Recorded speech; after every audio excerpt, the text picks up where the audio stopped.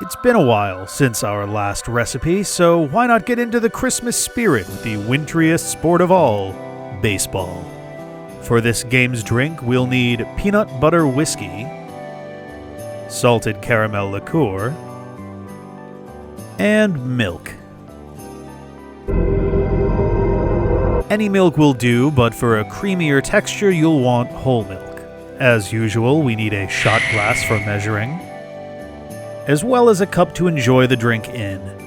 However, this cup doesn't really show the drink very well, so we'll get a more appropriate one to show off the mixing. And as always, please drink responsibly.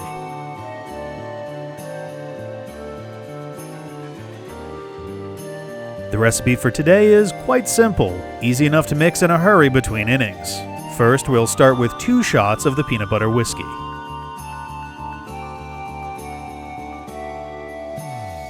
Then we'll follow up with 2 shots of the salted caramel liqueur.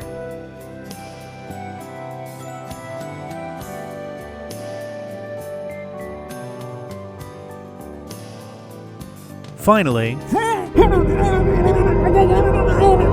we add 6 shots of the milk. You can go lower if you like, down to about 4, but it will be a noticeably sharper drink. I only went with 5 here because the milk was a very, very bad boy. Clean up the mess you made, and it is time to transfer to your final receptacle. This drink has a surprisingly complex taste, which opens up to a sweet and salty taste of caramel before fading out to the aftertaste of peanut butter.